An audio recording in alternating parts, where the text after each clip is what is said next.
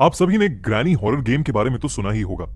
आजकल इस गेम का क्रेज बहुत सारे लोगों में काफी ज्यादा बढ़ गया है। उनमें से एक है रहीम, जिसने हमें इस वीडियो की स्टोरी भेजी है। 14 साल का रहीम दिन भर ग्रैनी गेम खेलता रहता था और किसी की कोई बात नहीं सुनता था। उसके पेरेंट्स उससे बहुत परेशान हो चुके थे क्योंकि वो अब पढ़ाई में ध्यान नहीं देता था। रहीम की एडिक्शन दिन ब दिन बढ़ती जा रही थी। एक रात जब रहीम ग्रैनी गेम खेल रहा था, तभी अचानक ही उसका फोन बंद हो गया। उसने अपना फोन वापस ऑन करने की कोशिश की, पर कुछ नहीं हुआ। रहीम को लगा कि शायद उसके फोन की बैटरी खत्म हो गई है, तो वो अपनी अलमारी से चार्जर निकालने के लिए उठा। तभी उसे लगा कि जैसे उसके कमरे की तरफ कोई आ रहा है। उसने दरवाजा खोलकर देखा तो वहां दूर दूर तक कोई नहीं था। रहीम ने अपना चार्जर निकाला और फोन को चार्जिंग पर लगा दिया।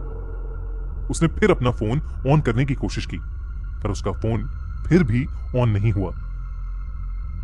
वो फोन ठीक ही कर रहा था कि तभी उसके कमरे का दरवाजा झटके से खुला और फिर धीरे से अपने आप बंद हो गया।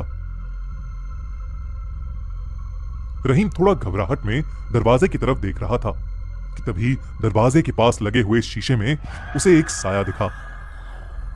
लाइट ऑफ होने की वजह से वो साफ साफ नहीं देख पा रहा था, लेकिन जब रहीम उस शीशे के पास गया तो उसके पैरों तले जमीन खिसक गई। शीशे में उसे एक बूढ़ी औरत दिख रही थी, जिसकी आंखें पूरी तरह सफेद थीं, मुंह से हल्का सा खून बह रहा था और चेहरे पर एक बहुत ही डरावनी स्माइल थी। रहीम तो जैसे तैसे वहां जम सा गया। वो एक टक लगाए उसी औरत को देखे जा रहा था और तभी उसे लगा कि जैसे वो औरत उस शीशे से बाहर आने की कोशिश कर रही है। उसने अपना हाथ रहीम की तरफ बढ़ाया और रहीम को एक बहुत तेज सा खिंचाव फील हुआ। वो जैसे तैसे भागकर अपने बिस्तर में घुस गया। थोड़ी देर के लिए उसे ऐसा लगा जैसे अब उसके कमरे में कोई नहीं है, तो उसने अपने मुंह से चद्दर हटाई, पर वो बूढ़ी औरत ठीक उसके सामने हवा में झूल रही थी। उसने रहीम का गला पकड़ लिया और अपने लंबे नाखूनों से उसे जोर से दबाने लगी।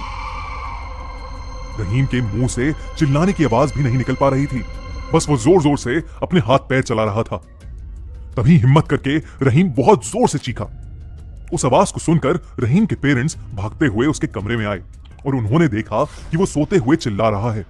उसकी मॉम ने उसे नींद से जगाया और उसे बताया कि वो सपना देख रहा था, लेकिन उसकी मॉम बात करते हुए रुक गई जब उन्होंने देखा कि रहीम के गले पर असली के नाखूनों के निशान थे। उस दिन के बाद से रहीम ने हॉरर गेम्स खेलना छोड़ दिया। आपको क्या लगता है, क्या रहीम सच में कोई सपना देख रहा था? लेकिन फिर वो निशान जो उसके गले पर थे, वो कहां से आए?